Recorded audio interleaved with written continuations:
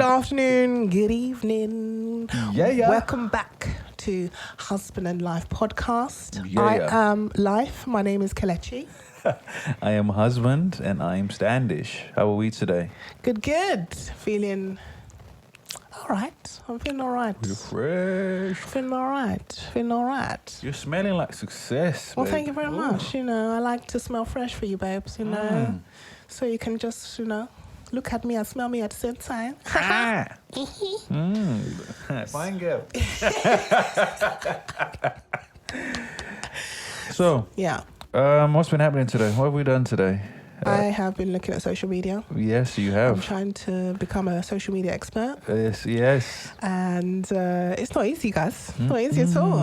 There's a lot going on. There's so many tools. There's so many things. You can get lost. Yes. I took a deep dive and it was serious. I didn't got lost in it. I was like, I need to take myself out of here and just stick to one thing. So that's what I'm done. It's always good to learn a new skill, I think. And I'm trying to use my knowledge and help others kind of figure out what they want to do as well. You know, I've just come out of university and I've got my wonderful job and everything's great, and I just want people to be in that same place as me where they are doing their degree, they're having issues with academic writing and understanding healthcare degrees in general, and I just wanted to help them navigate that. Because you're your online course, isn't it? That can help them deal with those things. Yeah, so I just want people to know that it's there, because at the moment they don't know. So I'm trying to let them know, that it's there, it's available, and it takes less tan an hour to actually learn how to write an essay and get a first class on it. So basically, as an introvert, not trying to do her thing, what you're trying to say is, listen, you lot, you need my help, yeah? I got you. If you want a first class degree from a first class individual that will deliver you first class results. This is it. What you doing? What are you waiting for? Bullshitting? Come talk to your girl, man. You get you patterned real quick. So that's what I'm working on, letting people know that I'm here through social media, and that's what I've been doing, really. Yes. Oh, impressive. Yes. Impressive. Yeah. So, what you been up to, babe? I had to mix some tracks the other day for somebody. They just said they need some tracks mixed down, and I think they got to do a performance track, so I had to bounce that. Yeah, so that's exciting. Performing on stage. Yeah. Yes. But it's always something, isn't it? Yeah. It's just one is done and the next one Exactly. comes. There's always and the thing is with you always come up with ideas all the time. Projects. Yeah. Yeah, but no, it's always good. It's good. And then, yes, Emily wanted to record some of her stuff, so I had to record her, make some music for her. She wants to record her own song, so I had to create a song. She's gonna be a superstar, Absolutely. She was like ready. She was like this, nah. And they started doing runs. I was like, okay. You turn into your mum's 90s R&B singer, yeah? Listen, 90s R&B is it. I don't know why nobody listens to that, but it makes me happy. Like, yo. Baby, don't sound like that. The way you be longing at them notes. Listen, Jodeci, SWV, TLC. Cool. Listen. Say less. Say less, man. Anyway, so on that note, what are we talking about today, babes? Because we've been here, just talking about how jokes we've been having. Now, today we're going to talk about how we've been able to navigate this world whilst dealing with generational trauma. Yeah. How we've been able to do that. I don't know. The grace of God. The grace of God, God did. God, So like I say, I don't know. You have family or you have parents that they're just so negative. Like everything is negative. Everything is a complaint. Yeah. Even the fact that they want you to become a doctor, a lawyer, there's only like 3 jobs you can have. If you're not one of those 3, engineer, doctor, lawyer. That's it. 1, 2, 3. If you're not one of those things, you're disappointed. You're trash. Yeah. Yeah? And they love to do this thing where they go, thing his daughter is doing this. Thing his husband is doing. Did you know? Antilola's daughter, you know that one? Antilola's daughter is now a barrister for the Crown Courts. You're like, that's good for Antilola's daughter. Is she happy? I hope she's happy, you know? Yes, she hasn't been put through pain to get there. The pressure that they put you under because, you know, they want you to be 3 of those things. And if you go against that, it's like all hell has broken loose because you no longer want to be that doctor. And I think for a certain amount of time, you think you do because it's been implanted in your brain. Yeah, you know, you've need been to be this. brainwashed to think that you want to be a doctor, you want to be a lawyer, you want to be an engineer. But really and truthfully, as you go through world, especially if you are in a family where you've come from, you know, any part of Africa and you've come into the UK as an immigrant family, you're going to be exposed to other things. Absolutely. Those 3 professions are not the only things that can make money in the UK that make money. You know? That you can enjoy and be successful at. Really successful at, you know. Because you wanted to dance, didn't you? That was your thing when you was... Big time. I wanted to literally be on the stage. I feel like if I had continued it, I would be touring with Beyonce right now. That's as far as, I swear down, that's what I would be. I'd be her creative director, like Paris Goebel, who's the person I love to watch now because she's doing her thing, okay? And if I had listened to myself instead of listening to family members who told me that it wasn't a career. It wasn't really a career. I wasn't going to make any money from it. You know, that's not really what you want to do. If I just stayed on track and persevered and believed in myself a bit more, then I think I would have actually been able to achieve. Because I'm very much an achiever. I am. You said that your mind. person. Yeah. If I want something, I'm gonna get it.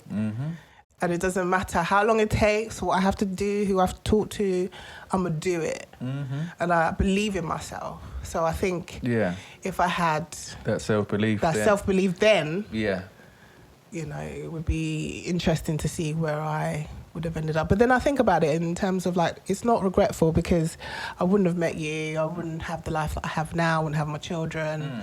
So you have to think about the what ifs. Yes. As that's a different time of life, but at the same time, it's still painful. It's painful, isn't it? Because you carry that pain of thinking what you could have been, what you could have only because you listened to a point of view of somebody who was projecting their own fears and insecurities on you, the things they were told they couldn't do by somebody else who was just trying to survive. Yes. And then who had never even left their country before. And then it was just throw that on you and go, listen, we don't do that here. All we do is this, that. Yeah. That's the only way. Yeah. We stay in school, we read our books, and we get degrees, and we get a job. Get a job. You know, just over broke. That's what you get. Broke. You know, just enough bribe to keep you from coming back, to keep you coming back. So I think with generational trauma, there's so many levels to it. This would be a very long discussion if we went through everything, because there's so many levels to it. But for me, I came from a family that was very negative, very toxic. There was hierarchy. And you don't realise it as a child because it's just what it is. It is what it is. When you're young, you don't really know any different. It's not. There's something not the same. Yeah. Because obviously I had friends and their families weren't like mine.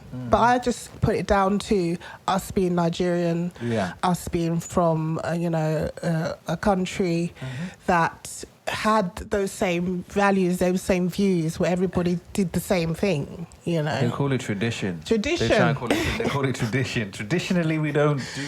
We don't do this. Traditionally, we do this, you know. And for me, as a child, I grew up in Tottenham, so it was predominantly black, black, Turkish, Greek. Yeah. That's kind of who was around. So I feel like we all had our own traditions, and that's how I was able to understand that this is just what we do. This is how it is. Yes. You don't question. No. You know, you don't question when.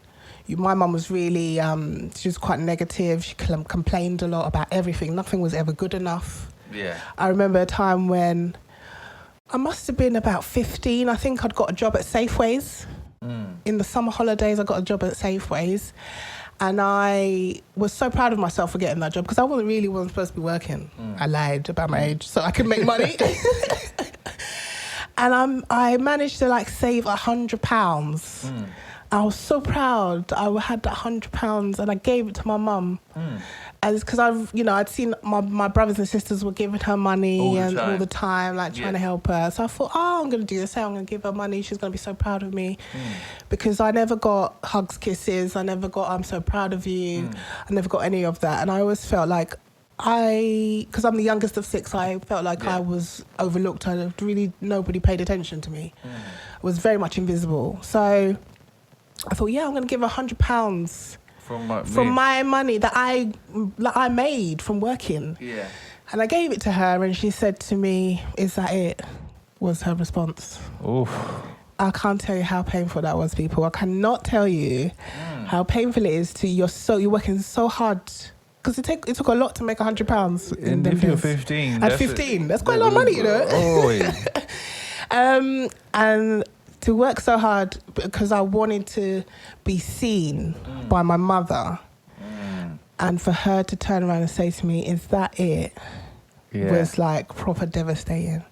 I tell you now, till this day, I've never given her money. Because she showed. Never in life. I've never asked her for it, and I've never given it to her. Because she showed me that no matter what I do, it's not enough. It's not enough.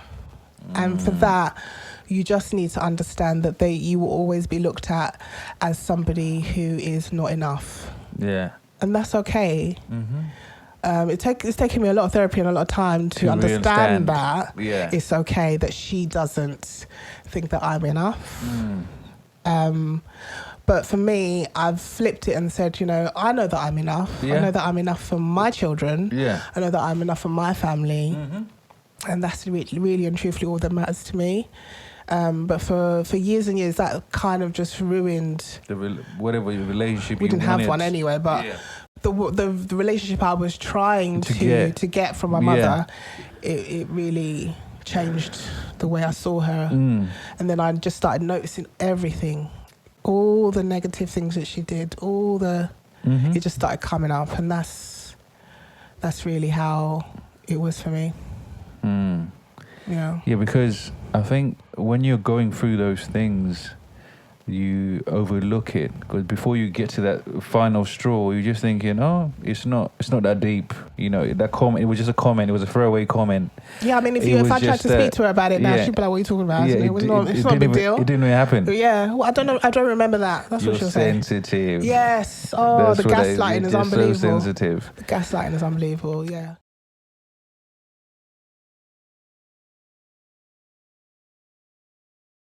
Now